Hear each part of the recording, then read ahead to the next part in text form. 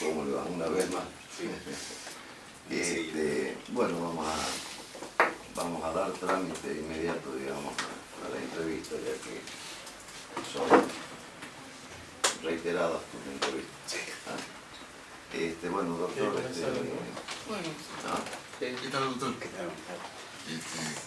Yo soy representante de los abogados del sur y nos interesaría saber, en caso de que usted pueda asumir a la fiscalía, cómo organizaría su fiscalía en cuanto a la delegación de trabajo dentro de su personal y qué instrucciones le daría para el trato a los abogados de ejercicio libre. Bien. Bueno, en primer lugar, actuaría con los principios o con los objetivos de lo que son las acorde a la reforma del Ministerio Público, ¿no? Siempre llevando o motivando a la capacitación de los empleados, la instrucción, la evacuación de dudas y la comunicación entre todo el grupo. Formar un grupo que tenga claro su función de servicio de justicia.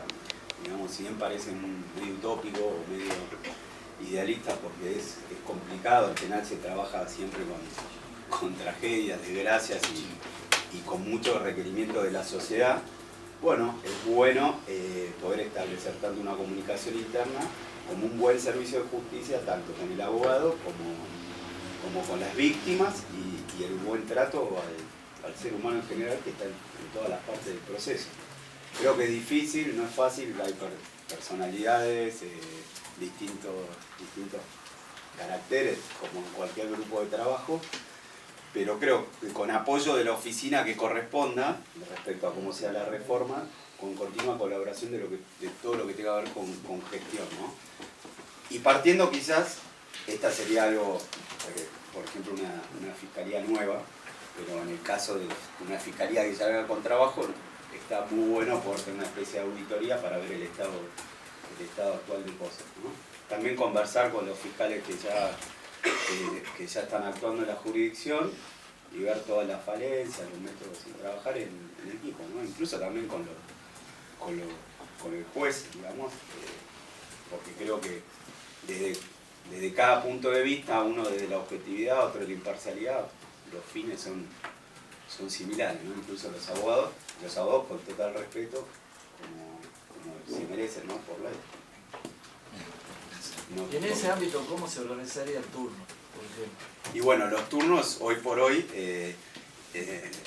están distribuidos de 15 días con la ayuda de, digamos, con el tema de la distribución de los, ¿cómo se llama?, de los ayudantes fiscales, con lo que sería un auxiliar, todo por comunicación. Digamos, yo sé que en esa jurisdicción la característica también tiene que ver con la diversidad o la extensión de ciertas zonas, ¿no? Donde hay muchos conflictos de temas de usurpación, también la zona de Tafí del Valle. Entonces me han comentado incluso que se necesita muchas veces personal que esté en distintos sectores al mismo tiempo.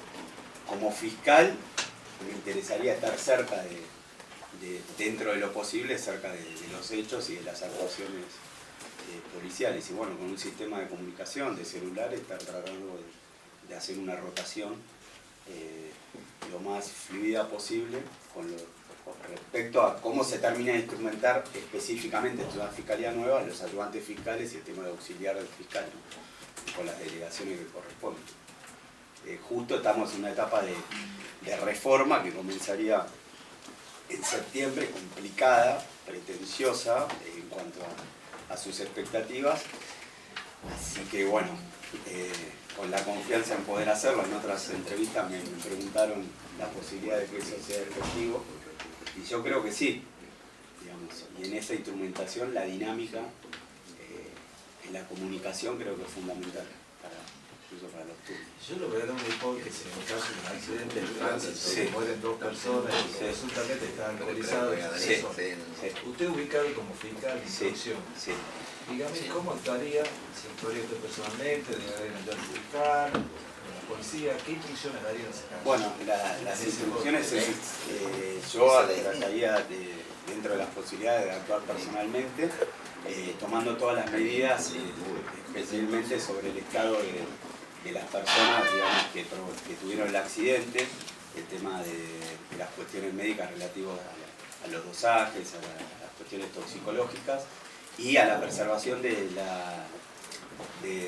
cuerpo específico para relevar la escena del hecho, ¿no? Para poder establecer las circunstancias que se produjo, cuestiones climáticas, cuestiones, bueno, todo lo que tiene que ver con el terreno. Creo para una mejor solución del caso lo mejor es estar personalmente. Pero sí, ¿Usted sabe que hay un protocolo de actuación para el Ministerio Público? hay un protocolo de actuación Claro, delito. para el tema de los accidentes que se tiene que desarrollar y que dentro de ese tema están las cuestiones médicas por eso me refería de los partícipes del hecho y la intervención de los oficiales de criminalística. Ahora, dígame, usted me ha dicho sobre la escena del crimen, que realmente... La escena del hecho, sí, Y con respecto a las medidas de coerción, ¿qué dispondría? ¿Pondría alguna medida de coerción o no? Yo pedí, bueno, de acuerdo a las circunstancias de cada caso. Yo un accidente de tránsito, se Sí. ponen dos personas y presuntamente se encuentran en estado de ebriedad. Yo sí pediría una medida de coerción hasta poder contar con todos los elementos necesarios para la investigación y poder en su momento ver, Fundándose en qué. sobre todo la calificación del hecho. La calificación del hecho está prevista en el código, pero mi postura sí tiene que ver, mi personal, digamos, tiene que ver con el riesgo de fuga o de entorpecimiento de la investigación.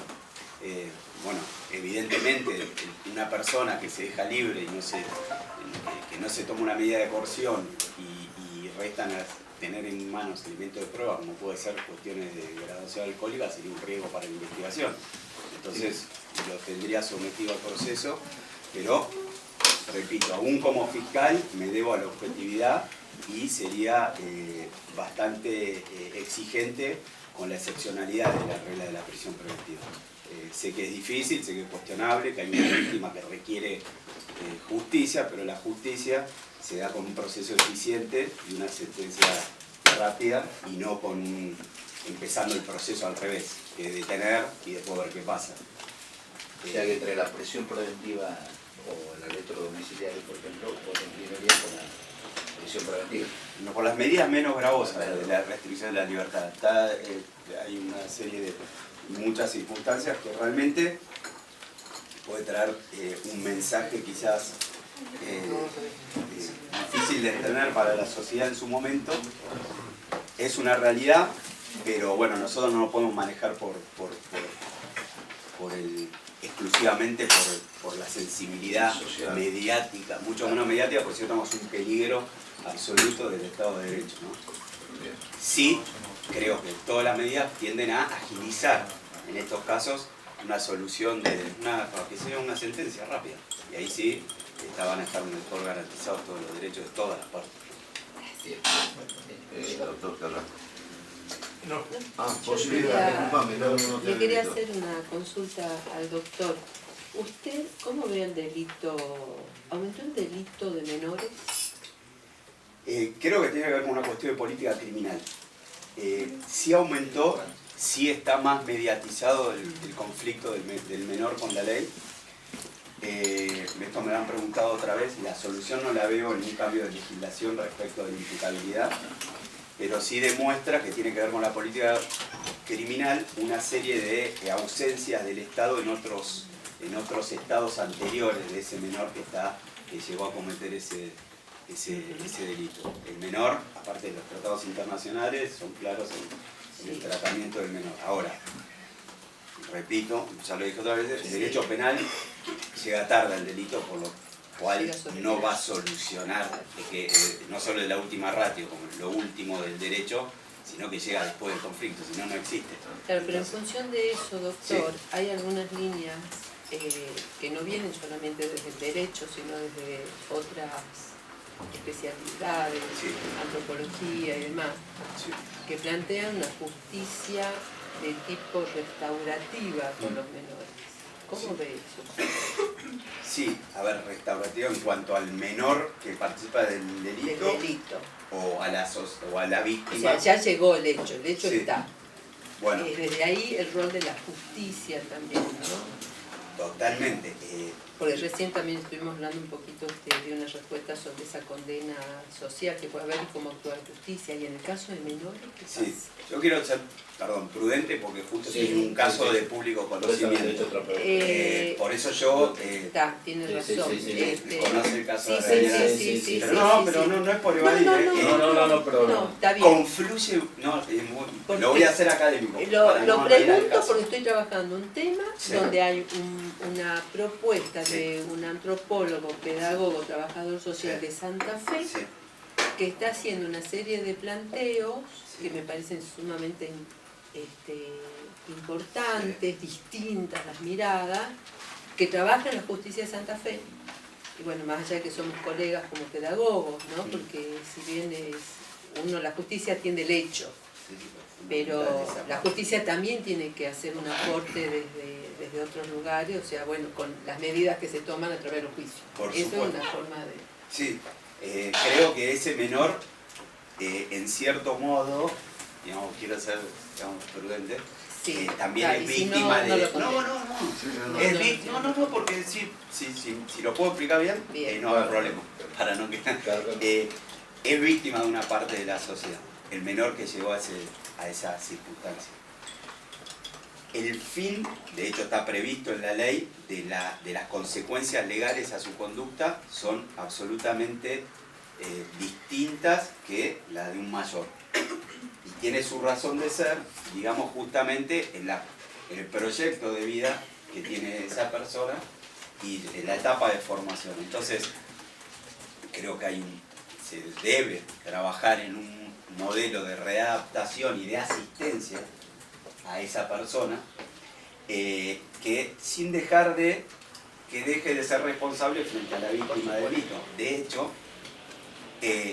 estas reformas, incluso procesales, tienden a que incluso el fiscal tenga una misión pacificadora del conflicto. Entonces yo por eso digo que la reunión entre fiscales, jueces, defensores, jueces de menores, no es que uno tiene que estar allá y otro acá, porque todos tienden a solucionar el conflicto entre las partes. Digamos, está lejos de esa prehistórica postura de un fiscal, un juez inquisidor, sancionador, sino de que qué mejor que las partes llegan a un acuerdo. Y sí puedo tocarlo de este tema, donde hay familias de los dos lados destrozadas. Víctimas ambas. Víctimas. Entonces, ¿cuál es el mensaje? Bueno, entonces va para allá, va para acá, nadie queda contento, porque la gente prudente y honesta no quiere más allá de lo que la justicia determine, y no por eso tiene que ser retributivo como una venganza. Muy lejos de eso, nosotros como derecho tenemos que dar una solución que satisfaga las necesidades de la sociedad. Y esas necesidades van a ser la mejor respuesta va a ser una solución donde todo quede, después del conflicto, lo mejor posible. Entonces, sin duda, el trabajo sobre el menor que llega al delito es indispensable. Pero no deja de ser también un sector que se ajena al fiscal. O sea, son operadores, ¿no? Y qué bueno que el fiscal, juez de menores, quien corresponda, tenga esa asistencia y pueda llamar al conflicto para pedir una ayuda, ¿no? Porque se le exige a veces al fiscal o al juez soluciones que no puede dar. Y con todo mediatizado, la sociedad se siente, a veces mal usada la mediatización, la gente dice, bueno, a nadie nos tienen en cuenta, están todos enojados. Uno porque no está preso, el otro porque está fallecido, el otro porque el derecho se termina hablando de reformas y no hay soluciones. Entonces, evidentemente, por ahí el camino no va, ¿no? Creo yo. No sé si me entendí. Sensible. Sí, sensible. Difícil. Vos querías hacer Brevemente, tengo tiempo. Sí, una Perdón que pregunta. me extendí. Sí. No, está bien, doctor. Una breve pregunta, doctor. Sí. Yo soy fiscal ahí en el Centro Judicial Montero, nos toca intervenir en muchos conflictos que tienen que ver con el reclamo de la comunidad indígena sobre el territorio. Sí. ¿Cuál es su posición frente a esto y cómo actuaría Bueno, frente a este tipo de casos? yo tengo entendido que hay conflictos con reclamos de derechos de la comunidad indígena y problemas internos de las comunidades. A mí me interesa el reclamo de la comunidad con respecto a los territorios. Es un reclamo absolutamente legítimo e incluso protegido por extensa legislación, digamos. Tiene un tratamiento muy delicado, digamos, incluso del derecho penal internacional, tiene una protección especial y que yo creo que hoy por hoy la normativa que nosotros tenemos día a día no la tiene, no nos da las herramientas necesarias para poder tratarlo con la especialidad que merece. Yo creo quizás una postura que quizás esos conflictos superan a lo que es la justicia ordinaria, para mí. Pero tampoco está contemplado que intervenga la justicia federal, no como mejor ni peor, sino como herramienta del Estado que está obligado a proteger específicamente sus derechos. Entonces, son totalmente legítimos no querer tener las herramientas como para darle la respuesta debida hoy en día como fiscales o jueces. Mi criterio. Bien. No hay más preguntas, doctor. Gracias. Gracias. Buenas tardes. Saludos. Ya conoces todo el mecanismo de la entrevista, así que, o de esta etapa, digamos, que es la última etapa, así que bueno, directamente vamos a pasar a las preguntas, doctor. Bien. ¿Ah? ¿Estás de acuerdo? A ver, los Sí, doctores. señor. ¿Qué tal, doctor? Hola, doctor. Como perteneciente al estamento abogado, me interesaría conocer cómo usted organizaría la fiscalía en cuanto al trato, en cuanto a la organización interna, personal que usted va a montar y en cuanto al trato que le daría al abogado, tanto de la querella como de la defensa. Bueno, antes que nada, hay que destacar que el abogado en su trabajo tiene el trato igualitario magistrado, con lo cual de más está decir, digamos, respeto ante todas las cosas, dignificamos su tarea. Con respecto al acceso, digamos, o a la atención con respecto al querellante o defensor, digamos, tiene que tener un trato igualitario. Libre acceso, digamos, al expediente, a la posibilidad, digamos, de tener un control permanente de los autos. Con respecto a la organización, actualmente no sé qué personal estará asignado con respecto a la corte. Si bien, digamos, las fiscalías que están, digamos, funcionando, que es la primera y la segunda, hay una que tiene 5 funcionarios, creo que la primera, 2 secretarios, 3 prosecretarios, y la fiscalía segunda tiene 1 secretario y 3 prosecretarios, sumando un total aproximadamente de 12 empleados. Generalmente, digamos, la organización interna de lo que es una fiscalía, ahí puede ser por temática, puede ser por letra, o puede ser bien por capacidad, digamos, del personal que uno tenga. Todo creo que el análisis de la situación, cómo organizaríamos de acuerdo a la capacitación que le den a la gente, porque por ahí te toca funcionarios que son inexpertos, que no tienen conocimiento, que vienen de otro fuero, empleados nuevos, con lo cual, digamos, la organización para poder hablar con certeza, tendría que decirle, doctor, que tendríamos que ver qué es lo que nos asigna. ¿Está conforme con...? Sí, sí, sí. Sí. Solito. Bueno, doctor, vamos a hacer una hipótesis que usted es fiscal y ocurre un accidente de tránsito en el cual mueren 2 personas y se encuentran en estado de ebriedad, en presunto estado de ebriedad esas personas. Sí. Dígame usted cómo actuaría en ese caso, qué medida introduciría, si dio usted, delegaría la función policial, el orden judicial, y den cuenta que existe. Sí. Imagino usted está dentro del Poder Judicial, conoce que existe un protocolo de actuación para el Ministerio Público para que tengan que actuar en cada caso en particular. Sí. Mire, yo, doctor, yo me desempeñé en la fiscalía. Yo fui funcionario en la fiscalía. Generalmente el instructivo, por más protocolo que había antes, era todo hecho en el cual había deceso de personas, se apersonaba directamente el fiscal. Decía, la escena del hecho, al lugar de los hechos, debía concurrir primeramente el fiscal. Si bien los cuerpos de trabajo de la policía científica en esa época, o policía judicial. Con respecto, digamos, si presumiblemente, o del examen in situ, me doy cuenta de que automáticamente se dispone la aprehensión, digamos, del supuesto conductor en estado de ebriedad, para hacer todos los tipos de estudios. Generalmente, digamos, cuando se toma una medida puede ser por la índole del delito y también por la misma, digamos, situación que produce un acontecimiento de esto, digamos, desgraciado. Pero generalmente yo soy de la idea de concurrir al lugar del hecho, yo visitar la escena del hecho juntamente con el personal capacitado policial y o judicial. ¿Usted tomaría con la medida de coerción de la aprehensión? La aprehensión, sí. Y dígame, teniendo en cuenta que hoy en día está muy en boga el tema este de los homicidios que por ahí algunos califican como culposos y otros homicidios con dolo eventual. Sí, exacto. ¿Cuál sería su criterio para esta Y situación? yo creo que una persona que a conciencia se embriaga y está manejando un vehículo con el peligro que denotaría eso, y habría que pensar, digamos, la posibilidad de un doble eventual. Se transforma, digamos, el vehículo en un arma. Yo manejando, no teniendo condiciones para manejar, atento, el tráfico, el estado que tenemos de la ruta, el peligro del tráfico, creo que es más posible, digamos, la posibilidad, digamos, de actuar con doble eventual. Y en esa circunstancia que usted como fiscal calificaría con dolo eventual, ¿requeriría la prisión preventiva? No sé si la prisión preventiva. Yo creo que la prisión preventiva es una medida extrema.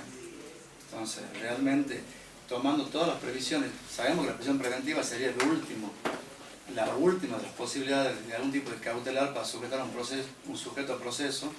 Creo que... Le explico esto porque es uno de los grandes dilemas que ocurre en la realidad. realidad. No, que lamentablemente, digamos, lamentablemente el jurado es público. El jurado público no entiende las normas. Entonces uno cree que si una persona sometida a un proceso está en libertad, hay algún tipo de arreglo, connivencia o un mal funcionamiento del Poder Judicial. Lamentablemente las normas, un homicidio culposo, hasta tanto se determina que no sea con doble eventual, sigue siendo culposo, la pena no da ni siquiera para una condena efectiva. Lamentablemente estamos sujetos, digamos, a un jurado público que no entiende, digamos, y solamente tienen ciertos tips de un conocimiento parcial de algo. ¿Qué opina del rol de las redes sociales en las investigaciones que deben hacer los fiscales? Justamente porque hubo una situación ahora en que yo aplaudo la decisión, ¿no? O sea, de cómo se lo está manejando. No, lo que pasa es que hay que tener en cuenta dos cosas en las redes sociales. Sí. La opinión por sí misma Sí. y la investigación que se lleva a cabo de las redes sociales de las supuestas personas que podrían estar involucradas en un hecho. Bien. Es decir, una cosa es determinar el perfil, la relación, algún tipo de amenaza anterior en un caso determinado. En el caso puntual del chico del accidente, yo a través de las redes sociales me puedo dar cuenta que el chico manejaba hace tiempo, era constantemente la bebida, subiendo fotos con bebida, entonces sí tengo ciertos indicadores. Eso forma parte de la investigación, pero no así, digamos, las redes sociales, el comentario anónimo que no tenga que ver con cosas relacionadas directamente con la investigación. Disculpe, el límite directo. Que yo sé que tal cosa no. Sí. La investigación tiene, ahora generalmente se están llevando a cabo mucha investigación en lo que respecta a la intimidad de los posibles involucrados en las redes sociales. ¿Y usted llamaría a testificar a quienes salen con nombre y apellido? Si usan nombre y apellido y son reales, sí. Sí me sirve, digamos, obviamente. De acuerdo a tu análisis. Exacto, es un análisis. Del mérito, Lo que pasa es que más, digamos, meritual. exacto, el fiscal lo que analiza son actuaciones judiciales. Es decir, yo no puedo estar, digamos, constantemente chequeando redes sociales. No. Pero sí, si esa manifestación en redes sociales forma parte de la actuación y yo puedo valorar que es conducente o sirve a la índole del proceso, y obviamente. Porque es un tema que se va a dar cada vez más. Sí, sí, La opinión a través de las redes sociales, bueno, venga. La Sí, responsabilidad no, pero lo de que pasa es que es lo digo. siguiente, digamos, hay muchos comentarios en las redes sociales que usan perfiles anónimos. Entonces, mientras no se reglamente eso, es decir, hay un fallo del doctor Sotoli en el cual había críticas en forma anónima a la actuación de un juez. Entonces, él inicia una actuación en contra del diario La Gaceta y la Corte termina dándole la razón a la manifestación de la libre expresión. Es decir, entre comillas, avalando lo que sería, digamos, el anonimato, que no ayuda para nada. No ayuda para nada. Así es. Perdón, Fernando. Sí, relacionado a una pregunta que le hacía recién al legislador, ¿usted cree que el Ministerio Público tiene que tener presencia en las redes sociales? ¿Tiene que tener, en su caso, cuál sería su perfil con los medios de comunicación? En el caso de El Ministerio Público Fiscal tiene, digamos, un soporte en las redes sociales, con lo cual, digamos, Yo soy de la teoría, digamos, de que el juez, ese famoso léxico de que el juez habla por su sentencia, y al tiempo que vivieron hay muchas veces que hay que obviar esa famosa. Es decir, yo creo que el Ministerio Público de cada nación cuelga sus dictámenes, sus opiniones, sus recursos, con lo cual la ciudadanía tiene derecho a saber qué es lo que hace uno, quien le abona el sueldo y qué es lo que deja de hacer. No hago una hora con la reforma. Así es. la posible reforma. Es decir, una cosa es las opiniones que uno vierte, el resultado de una investigación, y otra cosa es ir contando como novela, digamos, lo que es paso a paso la investigación. Y yo creo que debe tener una persona que... Doctor, ¿qué opinas de la participación ciudadana, digamos, en la administración de justicia con respecto al juicio por jurado? Y bueno, el A tema, ver, digamos... sí. ¿cuál es tu posición con respecto a eso? Porque hay un debate y se va a dar un... Sí, lo que pasa creo que el debate, digamos, es que pretenden hacer creer, digamos, que el juez está mucho más allá de lo que es el público en general. Ellos, es decir, el clamor de justicia popular están diciendo que un civil, digamos, tiene otra visión que la que tiene el juez. Yo creo que están equivocados. Si bien es algo útil, es algo útil. Está reglamentado, en Córdoba está reglamentado. Sí, en varias provincias. Exacto. ¿Qué puede generar? Una descomprensión, descomprimir, digamos, la situación en la que estamos viviendo. Podría ayudar, digamos. Podría ayudar. Podría o sea, ayudar, sí. De todos Sí, modos, sí, sí. hay sistemas mixtos y puros, Exacto. digamos, Sí, ¿no? sí, sí, Pues, exacto, sí. estarías por cuál, digamos. Yo más que nada mixto, es decir, por más la decisión de un jurado público puede ser revisado, sí. Que sea, digamos, una opinión no vinculante para los magistrados que intervienen en un proceso. Bien, bien. Y decime, doctor, ¿vos estás casado? Yo estoy casado, sí. Sí, ¿cómo está constituida tu familia? Yo estoy casado y tengo 3 hijos varones. Sí. Una pregunta que te quiero hacer. Sí. De no haber sido abogado, ¿vos qué hubieras sido, digamos? ¿Por qué te hubieras inclinado? ¿Qué otra carrera hubieras seguido? En realidad yo siempre he tenido un perfil de ciencia social. Así que yo creo que no haberle errado. Yo tenía una formación perito mercantil de colegio, yo egreso, más que nada, pero yo siempre tuve, digamos, una cuestión social en mi cabeza, digamos, de trabajo. O sea, Sí, abogado o abogado. Abogado, sí. A lo sumo contador, pero era por una cuestión de formación o rama que yo tenía en el colegio en el que iba yo. ¿Y a qué colegio? Al Turia. Silvia. ¿Qué opinas, doctor, del derecho indígena? Y bueno, lamentablemente, digamos, el tema del reconocimiento de los derechos de las comunidades indígenas, digamos, creo que a medida que fue avanzando el proceso penal, más que nada, digamos, sufrieron mucho menoscabo. Digamos. ¿Por qué? Porque lamentablemente lo que se está muy relacionado al derecho indígena es el derecho de usurpación. Entonces, la circular del Ministerio Público que comprobada la usurpación por bla, se producía automáticamente el desalojo. Yo creo que en lo que respecta a la comunidad indígena se necesita una investigación mucho más profunda del título, de la posesión, de la ubicación. Es decir, que el reconocimiento que hay tratados internacionales de resguardo de las comunidades deberían ser solucionados no en sede penal, delitos como respecto de tierras, sí en sede civil. Hay otra manera de mirar la vida. La vez pasada comentábamos de un fallo de la Corte en Salta sobre una situación particular de un menor con un mayor, cacique y miembro de una joven miembro de la comunidad, embarazada por el cacique, con consentimiento de la comunidad, pero no desde la justicia, que alguien hace una denuncia. Lo que pasa es que, digamos, disculpe, Sí. pero el artículo 36 del Código Procesal Nuevo Sí. establece que siempre y cuando sea, digamos, equiparable con el régimen jurídico nacional y los tratados internacionales, se debe tener en cuenta las costumbres de la comunidad, tanto en el tratamiento como en la sanción de las infracciones y o delitos cometidos por los propios, digamos, miembros de la comunidad. Es decir, que se debe resguardar en general el derecho indígena. Bien. Una última preguntita. Sí, por favor. ¿Cómo deberíamos actuar nosotros dentro del Poder Judicial ante las manifestaciones que hacen las víctimas que se paran ahí, cortan la calle, quedan cubiertas, nos adornan con buenas propagandas ahí, cada uno los integrantes? ¿Qué deberíamos hacer? Yo particularmente, nosotros vivimos a diario. El corte de la avenida Sarmiento y la Prida es a diario. Yo digamos, Vos sos fiscal. acá, digamos, que se manifiesten como quiera, pero que no molesten a los demás. Es decir, quemar cosas afuera, ponerte bomba en un despacho, digamos, no hace, digamos, la manifestación, ni hace el derecho a reclamar. Siempre y cuando, digamos, no haya corte, que se manifiesten como sea, siempre y cuando con el debido respeto. Con el debido respeto al tercero, exacto. Es decir, creo que confundimos el derecho a la libre expresión, a la libre posibilidad de manifestarse, al molestar, al generar, digamos, cierto desconcierto social. Nosotros diariamente no podemos ni salir, ni sacar el auto, no se puede hacer nada. Pasacalle que miden 20 metros, bomba, queman esto, queman lo otro. Hablan. ¿Tomarías alguna clase de medida como fiscal ante esa circunstancia? Yo antes que nada, digamos, hay que invitarlos, digamos, por los policiales que se manifiesten por los carriles normales. Y caso contrario, Y caso contrario, hacer cumplir la ley. No se puede, digamos, cortar la vía pública, obviamente sin ningún tipo de represión, ni mucho menos.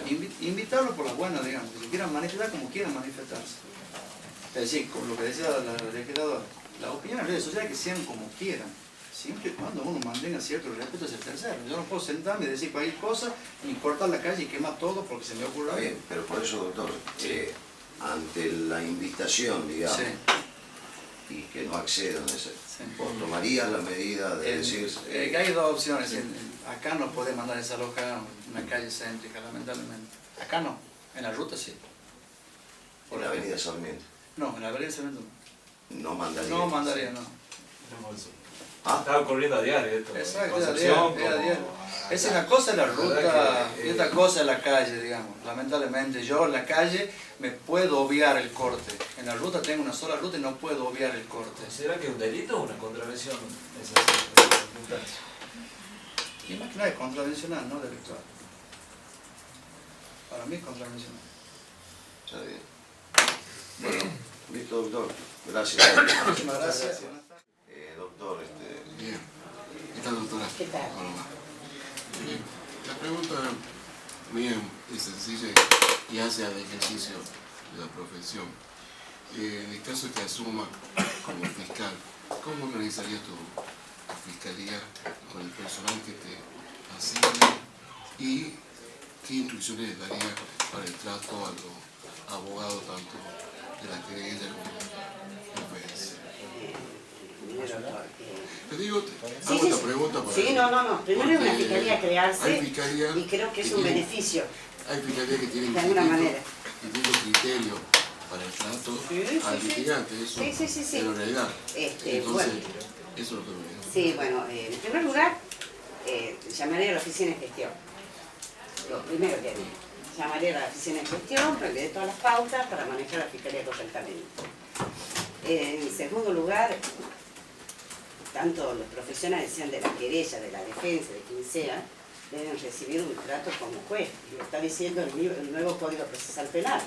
Así que no dudaría una asistencia inmediata con la víctima y también lo tiene la garantizada de los derechos del imputado. Porque sabemos que el Ministerio Público Fiscal, si bien pesa en él, con el artículo 120, la acción pública, disculpe que usted... No. La acción pública, también es cierto que cuando no encuentre pruebas suficientes tendrá que requerir un sobreseimiento. Así que sí, yo me manejaría desde el primer momento con las oficinas de gestión judicial. Y por ejemplo, muchas fiscalías, mi criterio, ¿no? Muchas fiscalías utilizan dividir por letras los delitos a cada uno de los empleados o al funcionario. Yo creo que lo haría por delito, para lograr una mejor especialización. Sí. Bien.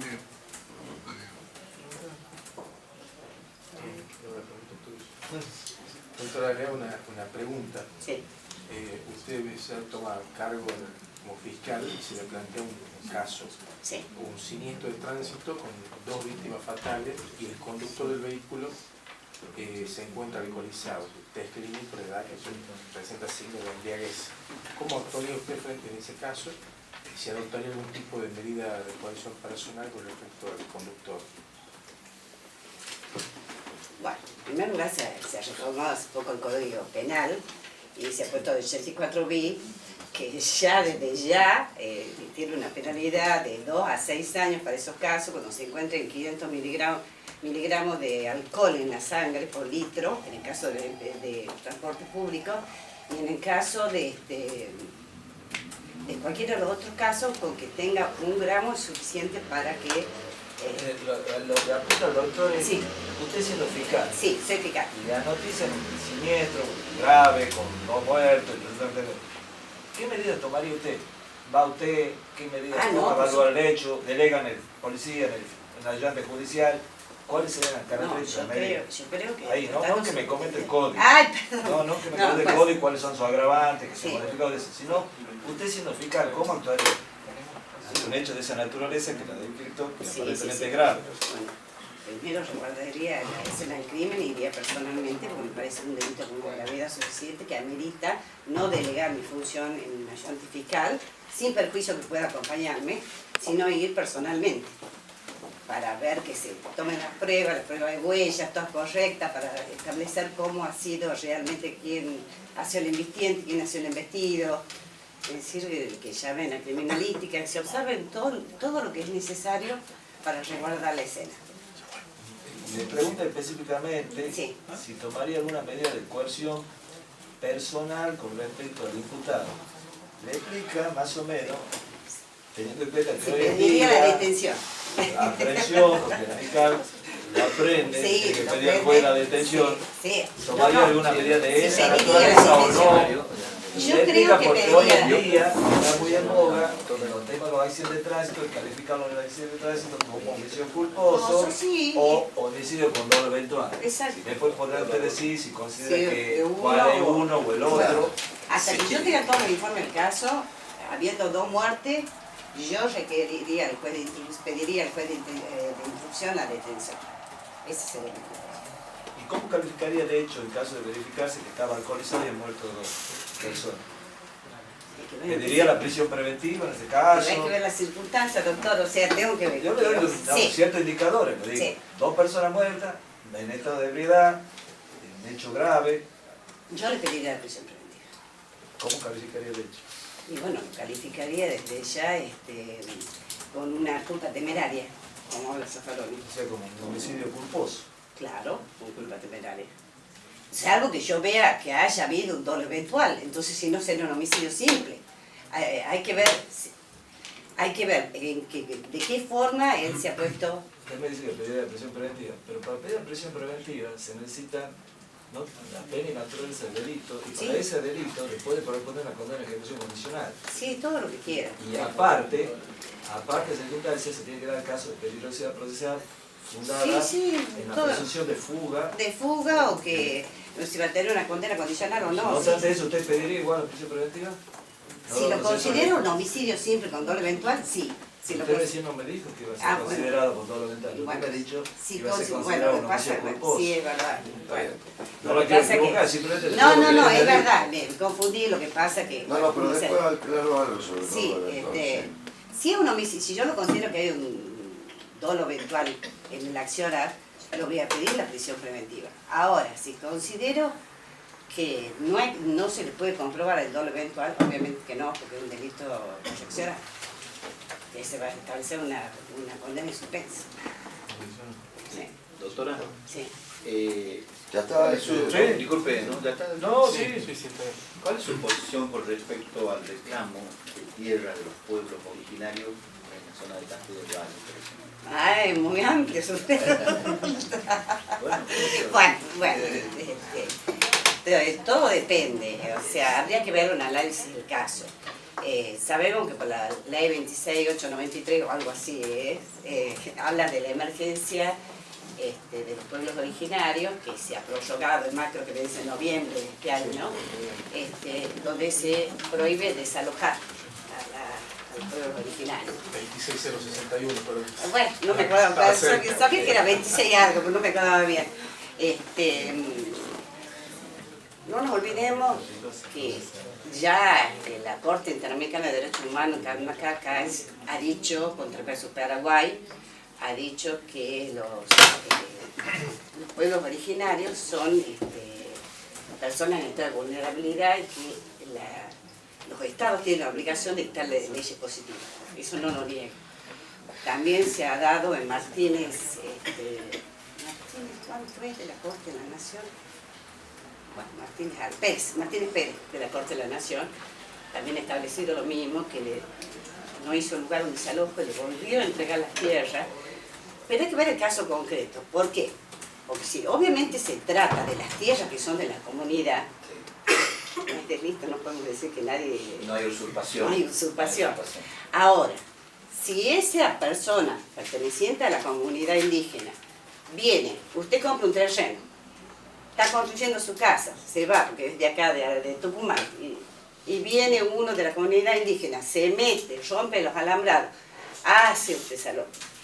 Y obviamente que a esas personas yo les voy a imputar el delito, porque no está dentro de los parámetros ni de la convención, ni tampoco está dentro de los parámetros de la jurisprudencia de la Corte. ¿Y qué exigen las normas, digamos, para que las comunidades acrediten la propiedad de esas tierras? ¿Qué es lo que está en exigencia? En detalle, sé que tiene que estar escrito como comunidad, eso sí sé que tiene que estar escrito como comunidad. No, ahora creo que les dan hasta título, ellos mismos le están entregando el título, pero aún así, aunque no tuvieran título, lo mismo lo protegen las leyes, o sea que no importa que sea precaria su posesión o su tenencia, y ya más detalle no me da. Bien, está bien. ¿Puedo, doctor? Sí. Hoy, doctora, las redes sociales funcionan a 1000, Sí. más que la comunicación cara a cara.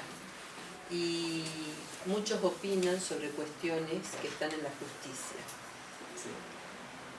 ¿Eso puede ser bueno o no? ¿Usted qué haría? ¿Los convocaría como testigos a los que opinan?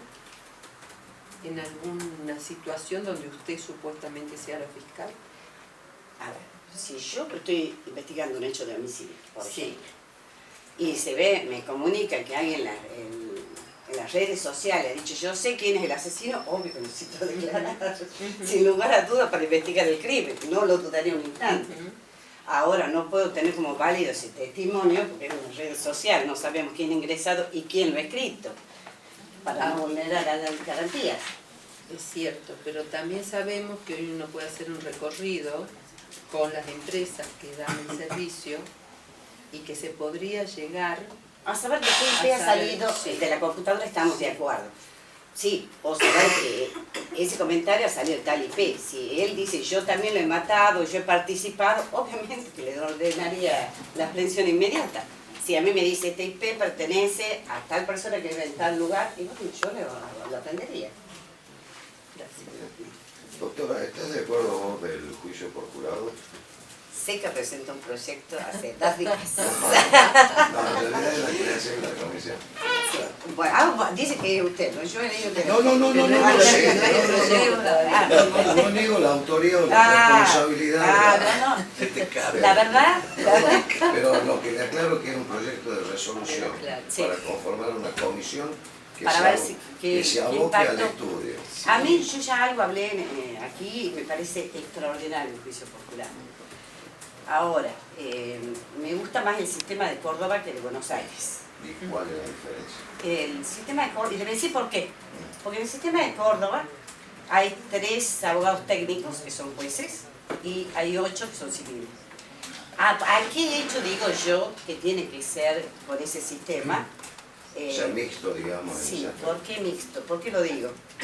Porque puede llegar a caer nulidad en el juicio de jurado como el anglosajón que está en Buenos Aires, que son 12 civiles, porque al haber acá 3 jueces, los 3 jueces tienen la obligación de fundar por qué ponen la pena, porque yo soy abogado del imputado, tengo una condena, por ejemplo, y yo tengo que saber cuáles son los fundamentos para que, por qué le han aplicado esa pena, por qué han considerado que se ha hecho la comisión de delitos, sino como el abogado, o ya sea abogado, querella, quien sea, ¿cómo puede ir contra un tribunal superior si no tiene los fundamentos?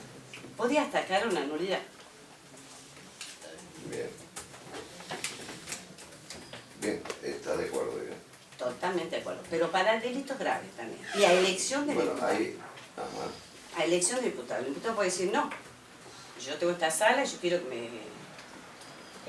que él siga con el juicio. Que sea opcional. Claro, es opcional de él. Bien. También para delitos contra la administración pública, ¿no? Los delitos graves y para los delitos contra la administración pública.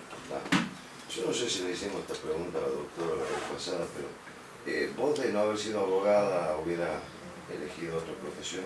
¿Te hicimos esa pregunta? ¿Sí? No, No me lo hicieron. Y si vos no hubieras sido abogada, ¿qué hubiera sido? Abogado. ¿Sí? No, me la han hecho. A ella no le hicimos. Nada me hicieron. ¿Abogada o abogada, digamos? No En algún momento pensé en ser médica porque me gustaban los médicos, pero siempre es los médicos. ¿Un médico o la medicina? Ambos, los médicos y la medicina. No me hagan la broma que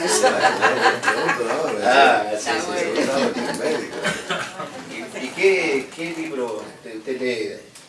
¿Qué libro usted Ay, es de lo más variado lo mío. bien. Desde libros de autoayuda, que por ahí me parecen muy buenos, hasta libros policiales que me divierten horrores, novelas comunes, como me gusta leer poemas y amo Netflix. Que no es libro, pero me encanta, me despierte. ¿Y qué tipo de películas te gustan? No? Ay, todas son de pero judiciales. Ah. Todas son judiciales. La que yo veo, o Prison Break, o Sniper, todo lo que sea, investigación de delito, todo eso me gusta. Y en sus momentos libres, ¿a qué se dedica? ¿Cómo lo? Me gusta correr. ¿Te gusta correr? Sí. ¿Nunca has visto Josué? No, ¿No? esta vez. No, yo no, por eso ¿Y el te sultán? contaba que vos me comentaste. No veo. No ve. No, novelas no me gustan. No, ¿Y Tinelli? Tampoco, lo detesto. Digamos, no ves. O sea, es el perfil No interesante. ves ese tipo No, ni novelas ni tiene. Bien, Ajá. está bien. Jamás. Sí, y decime, ¿a dónde te gusta viajar?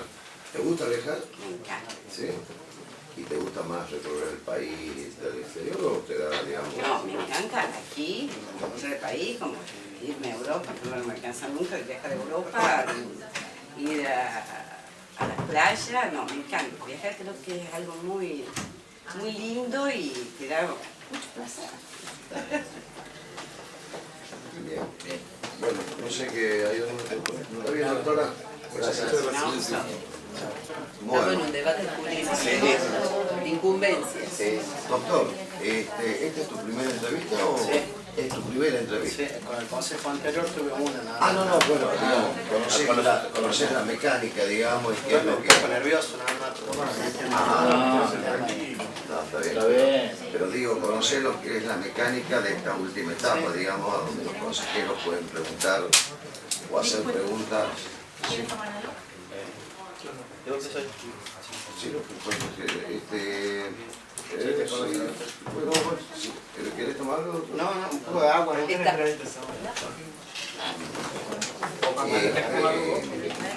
Preguntas de todo tipo, digamos, de naturaleza, más allá del tema estrictamente técnico, jurídico, porque vos ya has pasado el examen de oposición, pero bueno, conocés el sistema, digamos. Sí. Bueno, a ver, vamos a empezar entonces. Doctor, ¿por qué quiere ser fiscal? Bueno, ¿qué le puedo decir? Yo soy de la ciudad de Montero, tengo una gran aspiración, una vocación, pienso que estoy capacitado para llevar adelante una fiscalía. Desde hace años que estoy preparándome. Hice una maestría en Derecho Penal en Buenos Aires, en la Universidad Austral, muchos cursos, estoy en la Escuela Judicial y estoy en el segundo año de la Escuela Judicial y en realidad tengo una vocación, creo que tengo una vocación para ese cargo. Creo que la sociedad está muy, digamos así, desplazada de la justicia, porque la sociedad busca la justicia. En Montero hay 2 fiscalías, las cuales están abarrotadas de causas, hay pocos empleados, se les tiene que dar prioridad a causas graves y a las causas leves comienzan a prescribir, y yo creo de que en primer lugar se necesita una fiscalía, y por otro lado tengo un anhelo, un objetivo personal y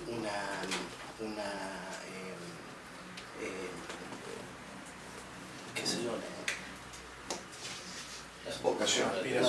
una aspiración, una vocación para el cargo, ¿no es cierto? Lo que pienso es que el fiscal tiene que tener cierta participación en la gente, porque yo soy ayudante fiscal de Concepción, vivo en Montero, pero soy de Concepción, trabajo en Concepción, y veo la gente en realidad que tiene mucha necesidad de justicia, mucha gente que aclama justicia en los estrados, mucha gente de violencia de género, mucha gente con problemas que necesita una solución inmediata. No decirle vení mañana o vení pasado ratificado, porque podemos estar en un peligro de femicidio, podemos estar en un peligro, una mujer que viene golpeada constantemente y no se le escucha, generaría un problema que se llegaría, ¿no es cierto?, a la muerte de la persona en virtud del género. Entonces, como fiscal, pienso que tendría una participación activa con la gente que está llega al mostrador, y tratar de darle una solución a su problema inmediato, si se puede, con todas las medidas cautelares que el Código Procesal Penal lo autoriza. Entonces, pienso de que el fiscal tiene que darle respuesta a la sociedad, como le digo, en algunos casos inmediata, en otros casos, por ejemplo, de usurpaciones que se dan en la fiscalía, donde la gente, en realidad, hay usurpaciones, se la termina archivando la causa, o se pide desalojo cuando hay menores de edad en el predio usurpado. Entonces siempre hay que tomar medidas tendientes a proteger o aplicar las normas de derecho internacional en cuanto a la Convención de Derechos del Niño, a tomar ciertas precauciones tendientes a no ir a hacer un desalojo de prepo, porque en algunas veces en la usurpación, por ejemplo, se dan los requisitos del desalojo. No hay que olvidar que en la usurpación tenemos que se tienen que probar ciertos requisitos, se ha probado prima facie el delito para que proceda el desalojo. Pero ¿qué es lo que pasa? En ese caso, uno va a hacer el desalojo o va a hacer una inspección ocular previa y se da que hay menores de edad.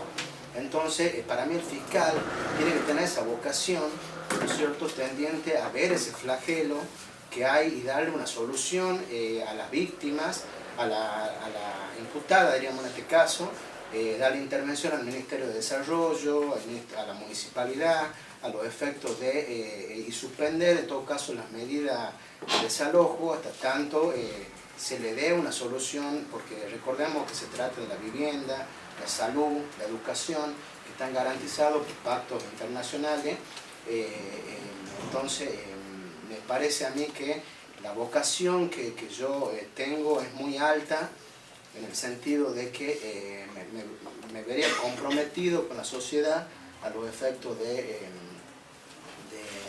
que se encuentre satisfecha en cuanto a la respuesta dada por la justicia.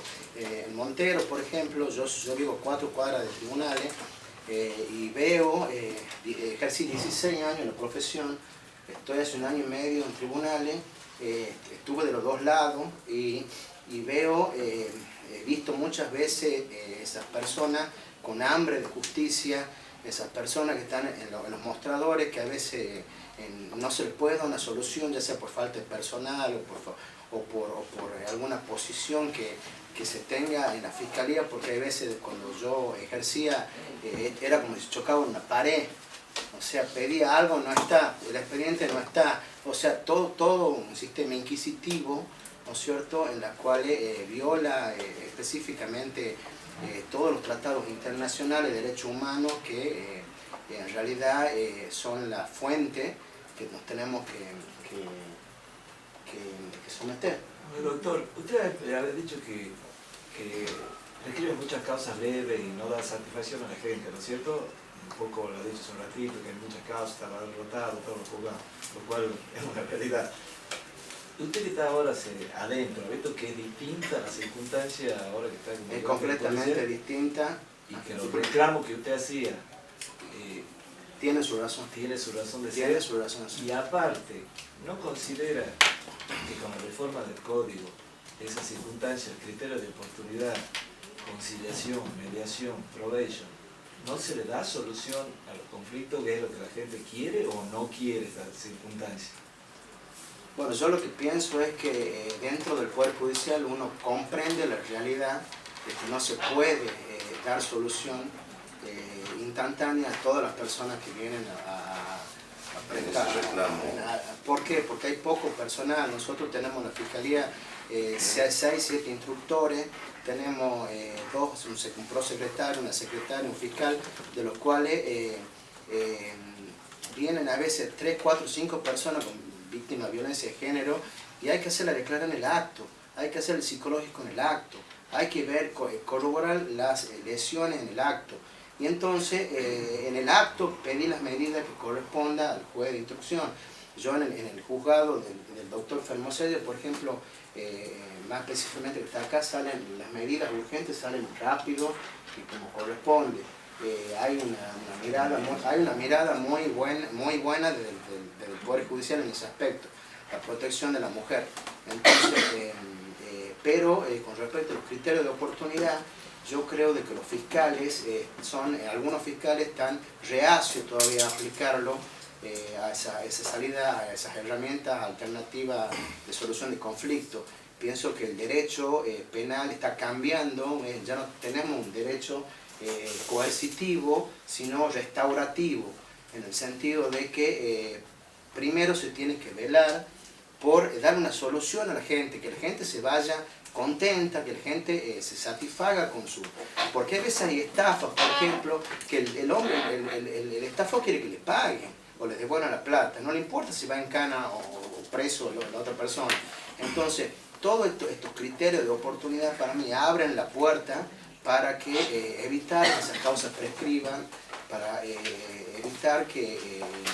¿Y de su experiencia usted cree que es positivo la gente es reacia o no es reacia a aceptar esos métodos alternativos de solución de conflictos? De acuerdo a la idiosincrasia de nosotros, del pueblo de Tucumán. ¿Cree que le soluciona el problema? ¿Hay más desacuerdo o están en desacuerdo? Yo las conciliaciones que hice, por ejemplo, hay gente que me decía, bueno, gracias a Dios que me incitó porque yo quería arreglar. Nunca la había incitado. ¿Entiendes? Entonces, o hay gente de que, por ejemplo, en usurpación, el delito de carácter patrimonial, la gente dice, bueno, yo estaba confundido, creía que era mi lote, no es, bueno, solucionemos el problema. Entonces yo, en la experiencia que tengo en todas las conciliaciones que llamé, las personas, víctimas e imputados han salido contentos, más cuando se logra el sobreseimiento, y bueno, es un medio no violento para solucionar los conflictos, y el nuevo Código Procesal lo establece también como primera prioridad, es adoptar algún criterio de oportunidad, no tanto para descongestionar la justicia, sino también, como les digo, la finalidad es dar a la víctima que sea resarcida por los daños y se vaya feliz, digamos así, después de que se le pague. Hay un tema que usted nombró, habla de una justicia inquisidora frente a estos nuevos métodos de mediación. Y usted habla también de la felicidad de cuando se termina una situación donde se le da respuesta. ¿Cómo cree usted que desde su lugar de fiscal se puede avanzar en estos temas? O sea, porque hay una sociedad demandante de justicia. Por causas mayores, por causas menores, hay una mirada de la sociedad que la justicia no funciona. En las estadísticas, la justicia creo que está en el lugar número 1 de descreimiento de la sociedad. Y sin embargo, uno sabe que la justicia está trabajando, que nos falta a veces personal, o a veces la justicia realmente no funciona. ¿Cómo lo está viendo usted en este panorama? ¿Funciona o no funciona? Yo pienso que la justicia hace lo que puede. La justicia, en base a los recursos humanos que tiene, en base, todos somos humanos, y las personas que trabajan también en la fiscalía son humanos, y a veces salimos a las 4, 5, 6 de la tarde de trabajar tratando de solucionar problemas. Los jueces a veces van, los veo a la noche, y ahí a ver resoluciones, a tratar de sacar lo que... O sea, la justicia actúa en base a los límites que tiene. Por lo menos en Concepción, y sé que en Montero también litiga mucho en las dos fiscalías. El juez Velázquez muy rápido también de sacar sus resoluciones, y pienso que el nuevo código que establece un juicio, un proceso netamente adversarial, oral, en toda su fase, va a permitir darle una solución más rápida, ágil a la persona en cuanto a la necesidad que tienen en ese momento, porque la causa está después de 3, 4 años en trámite, ya esa necesidad desaparece, la persona se diluye, entonces pierde la esperanza en la justicia. Entonces pienso que con el nuevo código, previo a tener toda la estructura que se necesita, porque para aplicar un nuevo código se necesita inversiones, estructura, tecnología, colegio de jueces, creo que la legislatura tiene que reglamentar todo el tema del colegio de jueces, colegio de defensores, colegio de fiscales. Yo tuve en la maestría, yo hice como una especie de teatro, diría yo, de cómo es un juicio oral en Chile, porque tuve un profesor de Chile que nos vino a enseñar el proceso adversarial puro, digamos así, en toda su etapa. Y nos enseñaba cómo era la teoría del caso de cada persona, cómo los alegatos de apertura, los alegatos de cierre, y cómo se introducía la prueba en el proceso oral, que es completamente diferente a lo que pasa ahora. Ahora la prueba, por ejemplo, un perito habla y declara, primero se indaga sobre su credibilidad en cuanto a la pericia, en cuanto a la experticia que tiene, y después, posteriormente, se le muestra, se le señala, este es un elemento del delito que se ha encontrado en el lugar, usted lo ha peritado, es así, sí, bueno, se solicita su incorporación como prueba. Entonces cambia toda la mirada, hay más transparencia. El juez lo va a mirar al imputado y le va a decir, va a saber con quién trata de inmediación. Yo creo que todos los fallos de la Corte de la Nación Interamericana han tendido hace muchos años a eso, a lograr la inmediación, la contradicción, la oralidad. Por ejemplo, el fallo Casal, donde se habla de que la Cámara Federal de Casación Penal tiene la obligación de ver la prueba, no tan solo las cuestiones de derecho, porque hay un derecho al recurso, el del caso Mohamed, por ejemplo, con Argentina, de la Corte Interamericana, donde establece la doble instancia, el doble conforme, y siempre aplicando, ¿no es cierto?, lo que yo digo, que estamos todos inmersos, todos nos tenemos que poner las pilas en el control de convencionalidad. El control de convencionalidad nació, diríamos, se empezó a hablar del control de convencionalidad con el caso de Almonacid Arellano contra Chile, en donde ya la Corte Interamericana hablaba de una especie de control de convencionalidad que tienen que ejercer los jueces. O sea, diríamos así, cotejar, el juez tiene que cotejar, ¿no es cierto?, la norma que va a aplicar con la norma internacional para ver si están en la misma línea o no. Si no es así, ¿no es cierto?, la tiene que declarar inconvencional.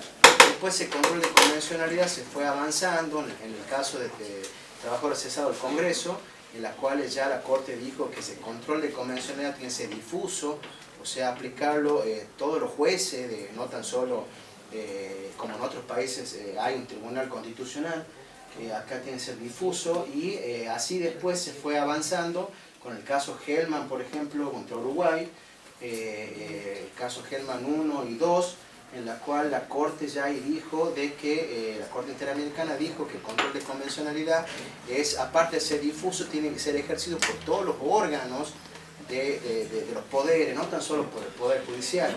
¿En qué sentido? Cuando sentido,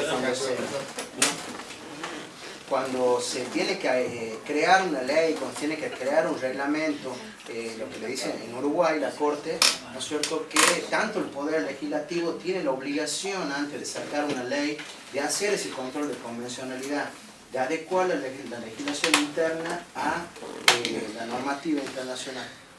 Bien. O sea, En el caso, hago una sola preguntita. Sí, En el caso con la escritura actual del código, ¿practicaría audiencias orales teniendo en cuenta la ley de aplicación del nuevo? yo hice curso con el NACIP, con el doctor Roland Vázquez. En su oportunidad me vengo preparando mucho en todos estos temas, en el Código Procesal Nuevo, está ya imbuido de toda la fuente internacional, artículo 1 y subsiguiente, ¿no es cierto? Y en ese tiempo ya hablábamos, en el año 2012, no me acuerdo, donde hablábamos de que el Código Procesal actual permite hacer las audiencias orales o sea, no prohíbe esa clase de formalización de audiencia. La cuestión es que ha quedado ese resto inquisitivo en la parte de instrucción. Tomar declaración. ¿A qué acto procesal usted me dice que se puede aplicar el código tipo audiencia, el código actual, que no está previsto de forma expresa, pero sí en una norma o hasta supletoriamente se podría aplicar el código procesal civil que permita la audiencia? ¿A qué acto le aplicaría a este actual? Todavía no al código que va a ser el código nuevo, sino... Yo creería sinceramente que al acto, a la declaración del imputado. Yo pienso de que la declaración del imputado es un acto muy fundamental en el proceso que puede acarrear nulidades, dilataciones con respecto a las nulidades. Usted sabe que en el Código Nuevo ya se habla de actividad procesal defectuosa, ya no se habla de nulidades, la nulidad queda como rezagada, como última ratio, y la actividad procesal defectuosa se la puede subsanar, o sea, restableciendo el principio constitucional que ha sido violado, y evitar que todo el proceso caiga. Entonces está la convalidación también. Entonces tenemos la nulidad y la inadmisibilidad como dos sanciones nomás que establece el Código Procesal. Entonces la declaración del imputado, el fiscal tiene que hacer una imputación sencilla, capaz de acuerdo a la cultura del imputado para que pueda comprender. Y también a mí, si bien ahora se hace solamente las imputaciones, también le pondría la calificación legal provisoria, porque tenemos que tener en cuenta que hay una defensa técnica y una defensa material. La defensa material la ejerce el imputado, y el imputado tiene que saber qué se le imputa, en modo, persona, tiempo, y qué rol ha tenido, qué clase de participación ha tenido en el hecho.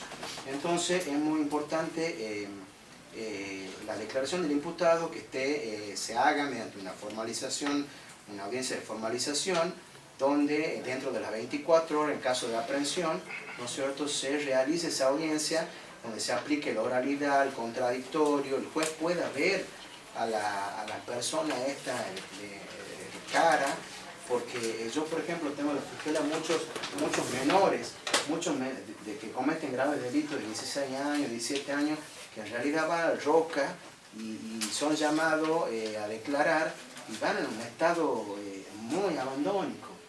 Son menores que yo no sé si tienen una posibilidad de restaurarse en la sociedad, porque vienen drogándose y a la vez no comprenden lo que decimos. Entonces, en realidad, en otro aspecto que estoy muy de acuerdo es que estaba leyendo la Gaceta en el juicio procurado. Perdón, ¿no? Sí. Antes que cambiemos de tema, ¿y qué hacemos con esos menores entonces, doctor? Y bueno, por eso yo estoy en la posición de que la edad de ejecutoria no se puede bajar. No se puede bajar porque tenemos convenciones internacionales, como sea la Convención de Derechos del Niño. Pero más allá de las convenciones, que son, están en todas nuestras constituciones, no solamente en la nacional, sino en la provincial también, llega un menor drogado, como usted bien lo nombró, o sea, no está en condiciones, pero ¿qué hacemos? ¿Qué ¿Qué hacemos hace con usted si ese fuera menor? fiscal? Claro. Y considera que no está en condiciones de que De ese declarar menor, en ese momento. lo hace declarar, no lo hace No, declarar, yo ¿qué le hacer? doy intervención al Ministerio de Menores, le doy intervención, no lo hago declarar porque no puede comprender en realidad qué se está diciendo. Entonces tiene que haber una asistencia médica previa, un dictamen médico previo, ¿no? para en realidad si el menor pueda ejercer el derecho de defensa como le corresponde. Y el abogado, por su parte, la defensa técnica, pero en realidad se trata de políticas públicas también que se tienen que tomar, que el Estado, el Ejecutivo tiene que tomar. Ustedes tengan en cuenta que a partir de la reforma del 94, nosotros tenemos una igualdad formal y una igualdad sustancial que se llama. ¿Qué quiere decir? Que la igualdad formal del artículo 16 era, bueno, el Estado no hace nada, todos son iguales ante la ley, en iguales circunstancias. Pero el 75, inciso 22, estableció acciones positivas que tiene que hacer el Estado. No tan solo el Estado tiene que quedar manos cruzadas, sino acciones positivas, ¿no es cierto?, tendientes a garantizar la libertad de oportunidad y trato y los derechos reconocidos en la Constitución. Entonces, en el caso del menor, el Estado tiene que realizar, en el caso del legislativo, el ejecutivo, realizar políticas públicas tendientes a solucionar ese flagelo. Pero no estoy nada de acuerdo con la baja de imputabilidad, porque ya estoy terminando, una cuestión muy importante que se viene dando es la que no podemos regresar, por virtud del principio de progresividad que se establece en los tratados internacionales, no podemos regresar a un estado anterior. Por ejemplo, en la dictadura, los menores eran hasta los 14 años, eran punibles. Posteriormente se estableció la punibilidad a los 16 años. Entonces, en virtud de la Convención de Derechos del Niño, en la cual se dice el Centro de Política Criminal de Buenos Aires, dice que, bueno, si el Estado que cumpla primero las leyes que hay, o sea, ¿en qué sentido? La educación, la contención, la cultura del menor, o sea, que cumpla toda la vivienda, que cumpla todas esas leyes que ya tienen obligación de cumplir antes de sancionar a otros. Bien. Laura, ¿tiene alguna otra pregunta? No. Yo te lo puedo hacer todo el día, si quieres. Y te lo contaron, sí, también. Claro, sí. Decime, doctor, vos de no haber sido abogado, ¿qué te hubiera gustado? ¿Qué otra carrera hubiera seguido? Más difícil es. Bueno, yo le cuento, mi vida ha sido de la familia media, en la cual en ese tiempo estaba el trébol todavía, y todavía no tenía posibilidad mucho de estudiar, era de Montero, soy de Montero, y no tenía posibilidad de elegir, decir qué es lo que yo quería. Yo en su oportunidad quería ser ingeniero de sistema, pero en realidad en ese momento que tenía ese anhelo no lo podía lograr por cuestiones económicas. Posteriormente tuve 3 años sin saber qué hacer, era chico, y bueno, lo miraba a mis compañeros de la secundaria que estaban en el 3er año de medicina, el otro en el 3er año de abogacía. Empezó a comentar lo que era el derecho y me interesó. Y de ahí, bueno, me puse las pilas y la hice la carrera en 5 años, cuando en realidad eran 6. Rendí libre prácticamente las carreras porque no me daba la situación económica para asistir a clases todos los días. Entonces era a veces pagar el pasaje o comer. Entonces en realidad me costó mucho recibirme y bueno, me costó mucho lograr lo que tengo. Estoy yo agradecido de la vida, todo lo que me ha dado, porque en la profesión de abogado me dio mucha suerte, con un juicio muy grande, muy lindo, ¿no es cierto? Y le estoy agradecido a la vida por haberme dado la oportunidad de entrar en un cargo de ayudante fiscal, de conocer el otro lado también de la justicia, porque como decía el doctor, uno está de afuera y se queja, pero de adentro también no podés, llega un momento, como decía, somos humanos, y son 4 o 5 de la tarde y todavía hay problemas. Está bien. Yo también soy de La última pregunta. también tomo el trébol. y el posta. Ah, sí, Sí, hablando ya de antigüedad. ¿Se acuerda el centauro? Y toma el posta. El centauro y todo eso. Tomamos mal posta por Sí, eso. de la escuela judicial. Entonces yo para no demorarlo más. Sí. No, yo le voy a preguntar, como él es ayudante judicial y conoce de adentro, se está diciendo, ¿qué mejorarías vos o no consideras que está bien el aspecto de adentro, la organización de la fiscalía? Decía, ¿hay algo que vos podrías mejorar de lo que está Doctor, haciendo fiscal? así muy concreto. Muy ¿no? concreto. Muy concreto. Como sí, es, bueno, como es en la televisión, tenés 2 minutos. Yo lo que le puedo decir concretamente es que yo tuve una materia con el doctor Garabano en la escuela judicial donde se tomó especialmente el tema de la organización del Poder Judicial. Es una organización burocrática, verticalista, donde se estudian varios métodos por los cuales se llega a esa conclusión y hasta se tomó operaciones aritméticas para ver cuánto dura un expediente desde que ingresa un escrito hasta que da la vuelta y sale firmado por un juez. Entonces, en días hábiles judiciales, o sea, de 7 a 1 de la tarde, pasaban más o menos 4 días hasta que el expediente salía decretado, pero si usted tomaba las horas o minutos en que el escrito estaba en el canastillo, que el escrito pasaba al prosecretario para que decrete y para el juez para que firme, pasaban 2 horas. O sea que en realidad el doctor Garabano lo que decía era un problema que la justicia 2020 tiene que solucionar y con respecto a lo que me preguntaba, hay poco personal, el personal hace todo, yo soy ayudante fiscal y decreto, hago requerimiento de elevación a juicio, voy a medida. Bien, pero ¿cuál sería tu aporte para mejorar todas esas deficiencias que vos considerás que existe, que demora mucho, que alguno tiene que hacer multifunción, hacer de todo? Desde el poder dividir por letra, especialización, la gente, más gente, pero ¿cuál es? Nosotros tenemos dividido los delitos por letra, estamos pendientes de la prescripción, de los delitos de lesiones leves, malos, donde tenemos una persona específica de violencia de género, que es muy capaz el chico y le da soluciones rápidas, pero lamentablemente con el personal que tengamos la organización que tengamos, colapsa, colapsa y ya llega un momento que no se puede más. Esa es la realidad de lo que necesitamos ahora. Necesitamos recursos humanos, necesitamos gente capacitada, porque hay veces ponen ayudantes judiciales que son psicólogos y no saben nada de derecho. Y lo tienen en el mostrador nada más, no pueden tomar, no saben instruir, no saben qué es el delito, no saben el elemento objetivo, subjetivo del tipo, el elemento normativo. O sea, y eso a la vez te estorba un poco, porque decir, bueno, en el mostrador tenemos 3 nosotros personas, ¿no es cierto? Que 2 o 1 ponerle, se puede dedicar a otra cosa. ¿Vos consideras que las personas que ingresan al Poder Judicial tendrían que ser abogados o no? Yo lo que diría no que tener que ser abogado, sino que tendría que tener una preparación mínima a los efectos de poder agilizar el proceso judicial. De hecho, ingresan por concurso al Poder Judicial. Claro, por concurso, sí. Ahora sí. sí, antes no. Sí. Pero bueno. Yo estoy hablando de lo de antes, ¿no? Yo ahora... Está bien, doctor. ¿Ah? Muy bien. Muy bien. Gracias, ¿no? Gracias.